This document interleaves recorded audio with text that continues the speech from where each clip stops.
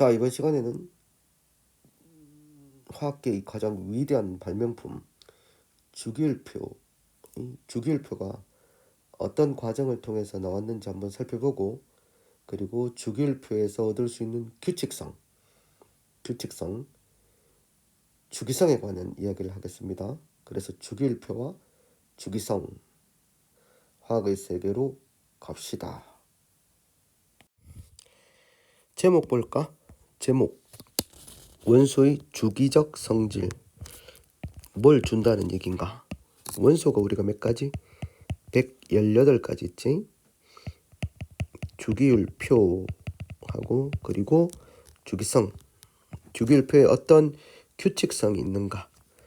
일정한 간격을 두고 성질이 비슷한 원소가 나타나는데 이를 주기성이라고 한다.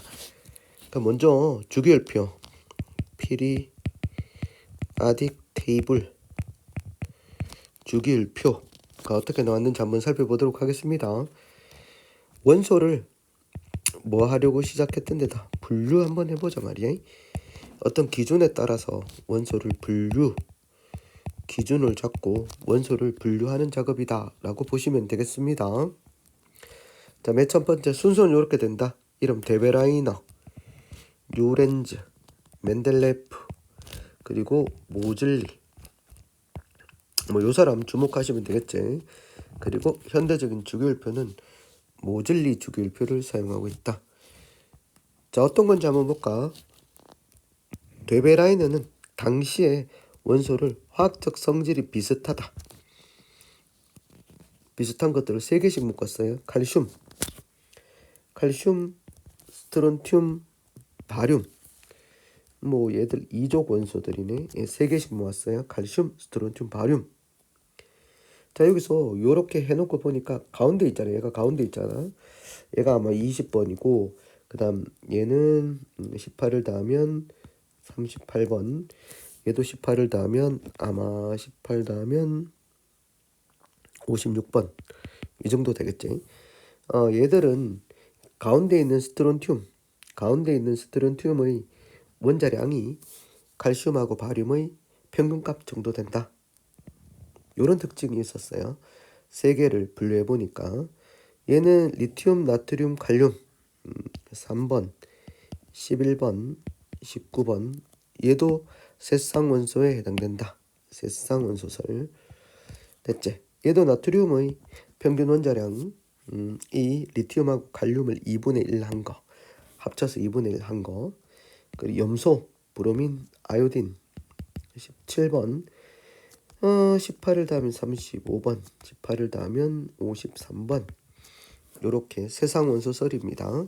화학적 성질이 비슷한 걸 3개씩 묶었다라는 거지. 누구 세상이냐? 세상 원소설에 해당되는 원소들이 어떤 것들이 있느냐 하지. 칼슘, 스트론튬, 바륨, 리튬, 나트륨, 칼륨. 이렇게 세상 원소설이다.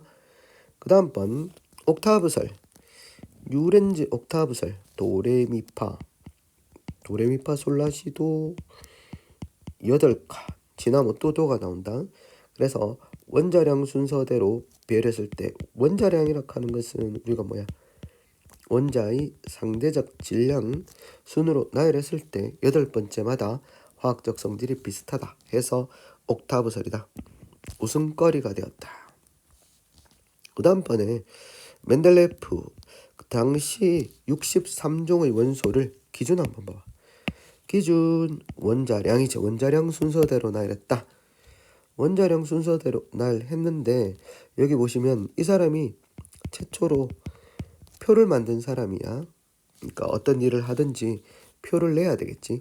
현재의 주기율표하고 비슷하게 표를 냈다. 그래서 이 사람의 특징은 과감하게 빈자리로 남겨두었다는 말이야.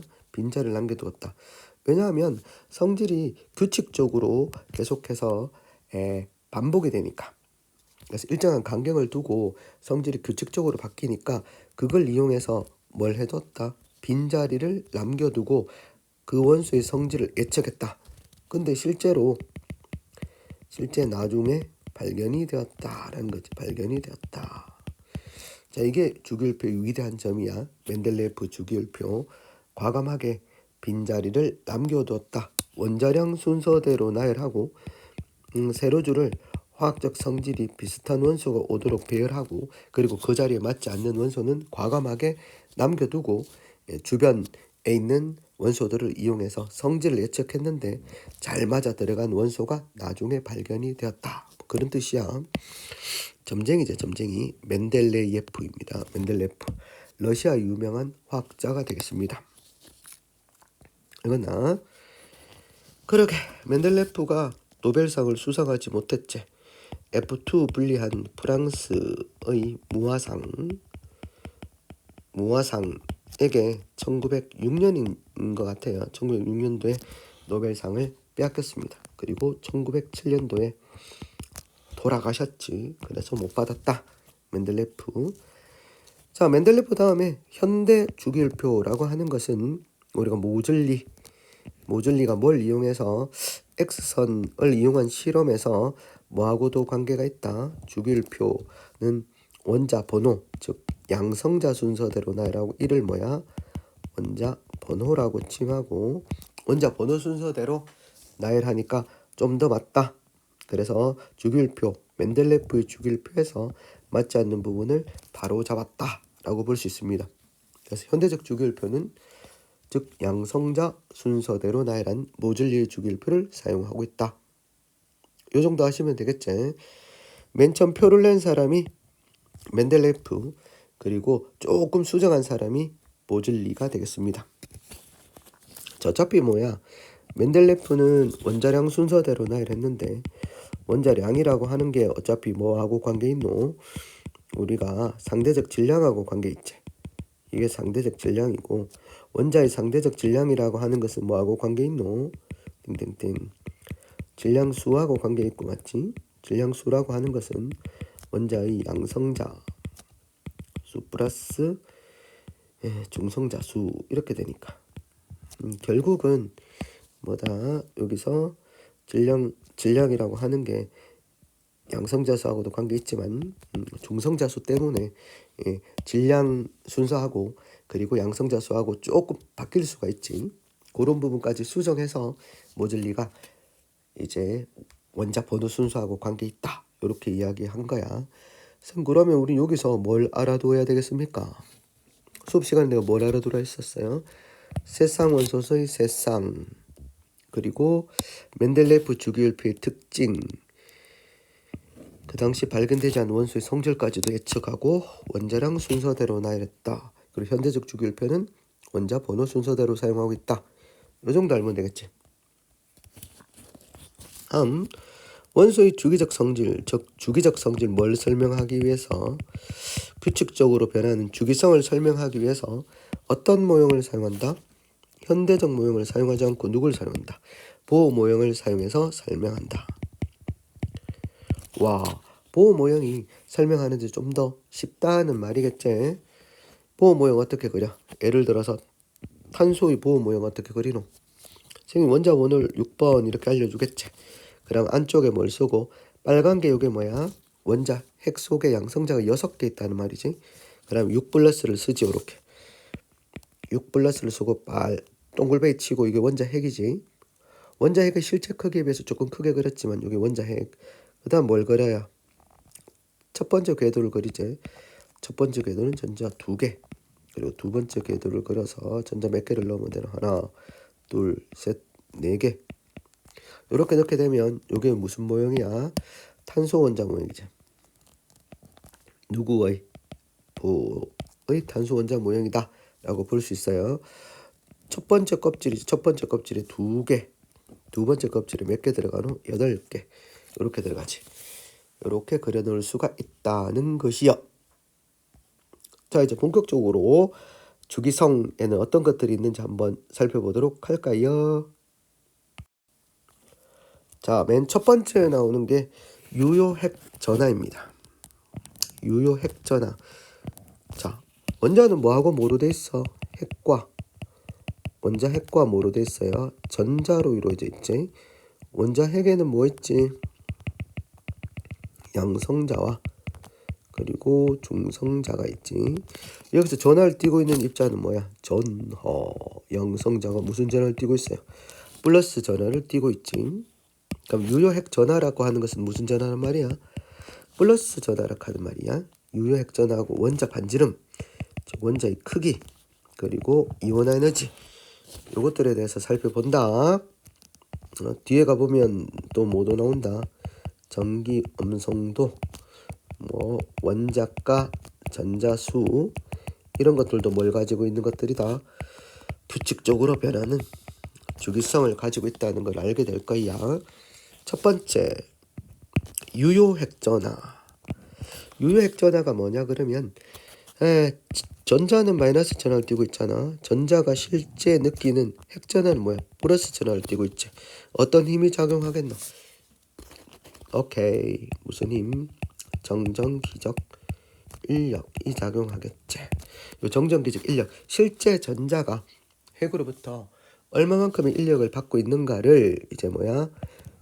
나타낸 거. 이게 핵전하입니다. 예를 들어서 여기 보면 다 그려놓지 않고 이게 리튬 원자니. 리튬 원자는 원자 번호가 3번이니까 3 플러스 이렇게 적어놨지. 그리고 첫 번째 껍질은 K 전자 껍질에 2개, L 전자 껍질에 1개가 있는 모형의 전자 배치를 하고 있다. 여기서 얘가 뭐야? 맨 바깥쪽 껍질에 있는 전자지. 이거 뭐라고 부르노? 우리가 원자과 전자. 자, 원자과 전자는 실제 어떻습니까? 핵전하는 플러스 3이제. 자, 요게 둘이 서로 당기고 있지 이제. 그러면 요 원자과 전자가 플러스 3에 해당되는 핵전하를 온전히 느낄 수 있냐는 말이지. 못 느끼지. 뭐가 있어요 여기? 다른 전자들 있지. 다른 전자들이 있으니까 다른 전자들에 의해서 뭐가 되는 거야? 다른 전자들에 의해서 이건 지우죠. 왜 이럴 때는. 다른 전자들에 의해서 반발력. 맞지? 반발력. 그리고 이 전자들의 안쪽 껍질에서 원자 핵을 가리게 된단 말이야. 안쪽에 있으니까. 그래서 요것들은 뭐야? 가려막기 효과에 의해서 실제는 플러스 3보다도 작다. 그래서 유효 핵전하량은 핵전하량보다 작다. 이렇게 되겠지. 요걸 유효 핵전하라고 이야기를 합니다. 근데 수소는 어떻게 되노? 수소는 원래 이렇게 있고 첫 번째 껍질에 전자가 1개 있지. 1개 있잖아. 그럼 여기서는 어떻습니까? 요게 어차피 원자과 전자잖아. 어차피 전자가 하나밖에 없는데 뭐. 요건 어떻습니까? 그대로 얼마를 느끼노? 핵전하량하고 어차피 요 핵전하 플러스 1을 다 받겠지. 그러니까 이건 뭐하고 똑같다? 핵전하하고 뭐하고 똑같아? 유효 핵전하하고 같다. 이렇게 볼 수 있겠지. 그럼 통상적으로는 누가 더 크겠노? 핵전하량이 누구보다 크겠어요? 통상적으로 일반적으로 이야기해서 핵전하가 뭐보다 크다? 유효 핵전하보다도 일반적으로 큰 값을 가지겠지. 오케이? 왜냐하면 유효 핵전하는 가려막기 효과 때문에 실제 느끼는 전하는 작다. 이렇게 볼 수 있겠습니다. 자, 우리가 그래프에서 뭘 조사해 봤습니까? 맨 바깥쪽 껍질에 있는 원자과 전자의 유효 핵전하를 뭐에 따라서 원자 번호 순서대로 1족, 2족, 그 다음에 13, 14, 15, 16, 17, 18에서 여기 뭐야 2주기하고 3주기 원소에서 어떤 규칙성을 가지는가에 관한 그래프를 그려보니까 어떻습니까? 자, 리튬 보시면은 원래 원자 번호가 3번이지. 원자 번호가 3번이면 핵전하가 얼마겠습니까? 핵전하가 얼마겠냐? 양성자가 3개란 뜻이니까 핵전하가 플러스 3이지. 플러스 3이지만 유효 핵전하는 무슨 값을 가지노? 정확하게 이야기하면 1.35지만 핵전하는 플러스 3보다도 원자과 전자가 받는 유효 핵전하는 1.35 정도로 되죠. 이유는 가려막기 했기 때문에 그래요. 실제 안쪽 껍질에서 이래서 전자가 이제 핵을 가리기 때문에 또 전자에 의한 반발력 때문에 우리가 1.35로 줄여든 인력을 받고 있다. 줄은 인력을 받고 있다라고 보시면 되겠죠. 다 마찬가지입니다. 원자 번호가 여기 4번인데도 핵전하량은 어떻게 돼? 핵전하량이 4이잖아. 4. 핵전하량이 4지만 즉 원자 번호가 4번이니까. 근데 유효 핵전하량은 무슨 값을 가지고 2보다도 조금 작은 값을 가지게 되지, 맞지? 이처럼 예, 핵전하량이 유효 핵전하량보다는 크다입니다. 이 주기는 어떤 규칙성을 보이노? 자, 원자 번호가 어떻대? 같은 주기에서 원자 번호가 커지니까 유효 핵전하량이 어떻게 되노? 유효 핵전하량이 증가한다, 이렇게 볼 수 있겠지. 원자 번호가 커지면 맨 바깥쪽 껍질에 있는 전자가 받는 유효 핵전하량이 커진다, 이렇게 볼 수 있습니다. 예를 들어서 같은 주기라고 하는 것은 뭐가 똑같다? 같은 주기는 전자가 존재하는 전자 껍질 수가 같지만이라는 뜻은 무슨 말입니까? 이 말이 무슨 말이야? 전자가 존재하는 전자 껍질 수가 같지만, 이 말은 자, 원자과 전자가 있는 곳까지 뭐가 비슷하단 말이야? 평균 거리가 비슷하다고 볼 수 있습니다. 평균 거리가 비슷하면 원자 번호가 커지면 뭐가 증가해요? 양성자 수가 많아졌다는 얘기는 핵에서 뭐가 커진단 말이야? 핵전하량이 증가하니까 당연히 어떻습니까? 유효 핵전하량이 커진다라고 볼 수가 있겠습니다. 그래서 특징은 전자 껍질 수가 같다는 거지, 같은 주기는. 그럼 원자 핵에서부터 전자까지의 평균 거리가 똑같다는 얘기지. 평균 거리가 같은 상태에서 원자 핵에 있는 양성자 수가 많아지니까 당연히 실제 받는 전하의 크기가 커진다, 이렇게 볼 수 있습니다. 커진다는 얘기는 뭐가 커진다? 전자와의 인력이 더 강해진다는 뜻을 가지고 있습니다. 자, 이 주기에서 이제 11번 나트륨으로 넘어가면 어떻게 되노? 갑자기 네온에서 나트륨으로 가면 양성자수가 1개 증가했지만 핵전하량이 갑자기 네온에서 나트륨으로 이렇게 훅 떨어지는 이유가 뭐가 될 수 있습니까? 여기는 뭐가 바뀐다? 전자껍질 수가 하나 많아진다는 거지. 그래서 네온 10번하고 나트륨 11번은 결국은 핵전하량이 누가 크고 네온이 훨 크지. 양성자는 얘가 많잖아. 양성자는 얘가 많지만 원자과 전자가 느끼는 유효 핵전하량은 네온이 큰 이유는 이게 뭐야?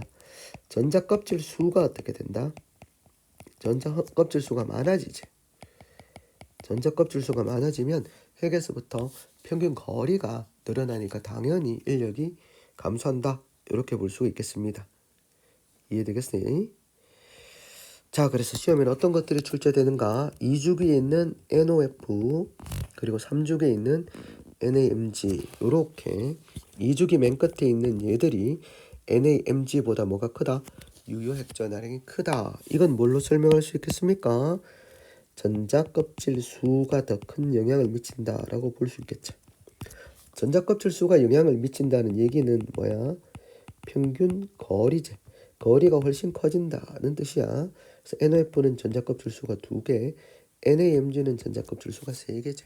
거리가 멀수록 당연히 어떻단 말이야?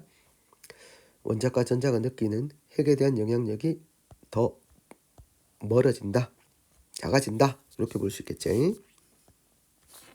다음 원자 반지름. 자, 원자 반지름인데 우리가 실제 선생님이 현대적 모형에서 이제 원자를 그릴 때 예를 들어서 원자 핵을 중심으로 수소 원자의 전자를 표현할 때 이런 그림 봤었나? 이런 그림 무슨 그림이었어요? 전밀도 그림이었지. 확률 분포를 이제 뭘 나타낸다? 점으로 이렇게 나타내는 확률 밀도, 전밀도 그림이었는데 이렇게 해놓고 보니까 이쯤에 만약 원자 핵으로부터 이만큼 멀리 떨어져 있어도 여기도 전자 발견 확률이 어떻노? 전발 확률이 0이 안 됩니다. 맞지? 그럼 원자의 크기를 어떻게 정의해야 되느냐 말이지. 원자 핵으로부터 멀리 떨어져 있어도 전자 발견 확률이 0이 안 되기 때문에 대체 원자 핵으로부터 전자가 있는 곳까지 거리를 어디를 기준으로 삼아야 되느냐 모르지. 여기서 이제 포기할 사람들이 아닙니다. 그래서 원자 반지름 그냥 이렇게 정의하면 안 되나 라고 해서 나온 정의 중에 하나가 요게 수소인데 지금 수소 동글베이제. 요 동글베이가 뭘 뜻하겠노? 전자 확률 분포지, 맞지? 오비탈이라고 보면 됩니다. 오비탈이 어떻게 되노? 겹침으로 나타내고 있지. 그래서 이렇게 뭘 형성했을 때 수소가 결합해서 H2가 되었을 때 이 핵간거리 반이제 2분의 1을 원자 반지름이라고 하자. 이렇게 정의 내렸습니다. 그럼 수소의 원자 반지름이 여기서 정해질 거 아니야. 그럼 어떻게 되노? HCl에서 다시 핵간거리를 구하면 이미 수소의 원자 반지름을 구했으니까 핵간거리에서 수소의 원자 반지름 빼면은 Cl의 원자 반지름 구할 수 있겠지. 이런 식으로 해서 원자 반지름을 쭉 정리했단 말이야. 그래서 원자 반지름을 이렇게 정의 내린다. 원자들이 결합을 했을 때 핵간거리의 반이라고 합니다. 그래서 일반적으로 비활성기체는 우리가 헬륨, 네온, 아르곤 요런 것들이지, 크립톤, 제논 뭐 이런 것들인데, 이런 것들은 결합을 잘 하지 않으므로 다른 방법으로 반지름을 정해서 사용한다. 그래서 18쪽 비활성기체는 여기서 정의한 핵간거리의 반으로 정의하기는 조금 힘듭니다. 그래서 다른 방법으로 하고, 우리 교과서에는 18쪽 원소의 반지름은 제외하고 비교를 해보도록 하겠습니다. 자, 반지름은 우리가 뭐라고 보면 되겠나? 원자의 뭐하고 보면 되겠어? 크기라고 보면 되겠지. 주기율표상에서 원자의 크기가 어떻게 규칙적으로 바뀌는지 한번 살펴보도록 하겠습니다. 역시 같은 주기와 또는 같은 족에서 경향성을 한번 살펴보도록 하겠습니다. 그 다음 페이지 갑시다. 누가 이렇게 그래프로 그려놨네요. 여기는 당연히 1주기네, 맞지? 1주기 수소. 그 다음 2주기가 평균적으로 수소보다는 다 크기가 크다, 맞지?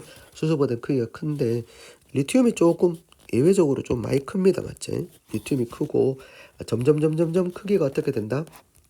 자, 원자 번호가 같은 주기에서 원자 번호가 커질수록 크기가 어떻게 된다? 감소한다. 이렇게 볼 수 있습니다. 모양 보자면 요렇게 감소한다. 같은 주기에서는 됐나? 같은 가로줄에서는 요렇게 감소한다고 머릿속에 쫙 넣어두면 되겠지. 이렇게 오른쪽으로 갈수록 점점 크기가 작아진다. 점점. 그럼 이유가 있을 거 아니야. 이유, 어떤 이유가 있겠노? 앞에서 유효 핵전하량이 커진다고 했지. 같은 주기에서 전자 껍질 수가 같고 유효 핵전하량이 커지면 당연히 바깥쪽에 있는 전자를 안쪽으로 당기는 힘이 커지겠지, 점점. 그러면 크기는 작아진다 이 말이야. 그럼 결국은 뭐가 커진다? 유효 핵전하량이 크다 말이죠. 오른쪽으로 가면 같이 연결되네. 유효 핵전하량이 커지기 때문에 더 당겨온다는 말이야. 그래서 크기가 점점 작아진다. 리튬은 좀 특별하네, 맞지? 리튬은 전자껍질 수가 3주기에 전자껍질 수가 많아짐에도 불구하고 리튬은 다른 것보다 어떻노? 리튬은 마그네슘, 나트륨 빼고는 리튬이 크기가 다 크지. 다른 것들에 비해서, 맞지? 그래서 전자껍질 수가 많아짐에도 불구하고 리튬이라는 놈은 좀 예외적으로 크기가 크다. 이렇게 보시면 되겠습니다. 근데 같은 족에서는 어때요? 같은 족에서 요렇게 비교하면 요 왜 커지는 거야? 당연히 같은 족에서는 뭐가 많아지기 때문이야? 전자 껍질 수가 많아지기 때문에 더 커진다라고 할 수가 있겠지. 그러면 리튬하고 이런 것들은 P하고 요거 비교해 보면 리튬이 전자 껍질 수는 작지만 리튬이 크기가 더 크다라고 볼 수가 있는 거는 조금 예외적이지, 맞지? 리튬은 조금 특별하다라고 보시면 됩니다. 이것만 좀 기억하시면 된다. 리튬 했어. 그래서 원자의 크기에 관한 이야기를 했습니다. 자, 다음 이온 반지름 볼까요? 이온 반지름. 자, 이온은 우리가 양이온과 음이온 이렇게 두 가지가 있습니다. 양이온과 음이온 두 가지가 있는데 한번 보시면 우리가 통상적으로 나트륨은 우리 금속이지. 나트륨은 금속입니다. 반짝반짝거리고 주기율표의 1쪽에 속하기 때문에 금속으로 분류가 됩니다. 금속의 성질을 가지고 있어요. 자, 나트륨의 보호 모형을 그려놨네요. 자, 여기서 전자를 잃는다면 여기 있는 요 전자를 읽기가 가장 쉬울 겁니다. 그래야지 어떻습니까? 요 전자를 잃어야지 안쪽 껍질에 전자가 누구의 전자 배치를 갖는다? 요렇게 되면 누구의 전자 배치를 갖노? 네온의 전자 배치를 갖습니다. 즉 안정한 네온의 전자 배치를 가져서 안정하게 된다. 즉 전자 배치가 안정하게 된다 이렇게 되겠지. 이렇게 해서 NA가 Na 플러스 즉 뭐가 되면 나트륨 이온이 되면 크기는 어떻게 되는? 작아지지. 이렇게 작아진다. 자, 크기가 작아지는 건 뭐 때문이다? 전자 껍질 수가 감소한다. 이렇게 볼 수 있겠지. 이 전자 껍질 수가 몇 개고? 3개에서 몇 개로 돼버렸노? 2개로 돼버린다. 오, 이건 당근이지. 전자 껍질 수 감소하면 당연히 양면이 되면 전자 껍질 수 감소한다. 그럼 17번인 CL은 어떻게 되겠어? 아르곤처럼 18번처럼 되려고 하겠지. 그럼 전자를 한 개 얻어서 Cl-가 되면 이렇게 18번처럼 된단 말이야. 크게 누가 커요? Cl- 얘가 더 커지게 되겠지. 이유는 전자 껍질 수는 3개 똑같지. 이건 전자 껍질 수는 같지만 전자 수가 많아짐으로써 전자 간 반발력이 더 커지기 때문에 크기가 커진다. 전자 간 반발력이 커지면 원자 핵에서 좀 더 분포가 커지기 때문에 이제 커진다라고 볼 수 있겠습니다. 그럼 정리 어떻게 하면 되겠어요? 자, 금속들은 양이온이 되기 쉬운데 원자 반지름 원자에서 이온이 되면 크기가 더 작아지기 때문에 전체적으로 1보다 작다. 그리고 비금속은 음이온이 되는데 원자 반지름보다 위에 분모인 음이온 반지름이 더 크지. 그러면 1보다 크다. 이렇게 되겠습니다. 실제 여러분들은 이걸 잘 기억하셔야 되겠습니다. 자, 금속과 비금속이 되었을 때 음이온 반지름과 양이온 반지름, 원자 반지름을 비교해서 1보다 커지는지 커지지 않는지 이거 이해되겠나? 이해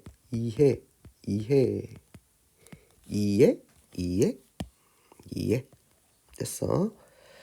문제 한번 풀어볼까요? 다음 원자와 이온의 반지름 크기를 부등호를 이용해서 비교해보자. 마그네슘 12번입니다. 12번이면 어디 있어요?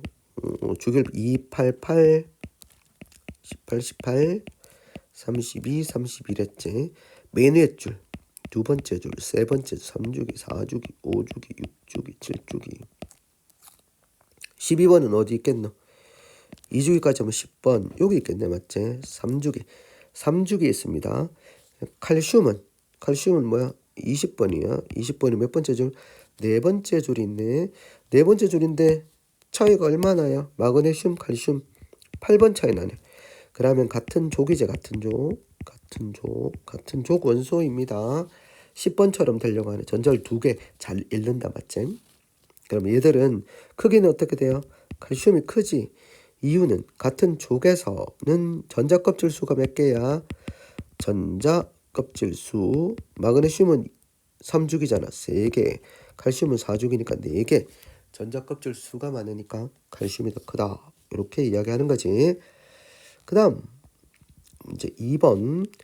자, CL은 17번, 얘는 19번입니다. 자, 전자수를 봅시다.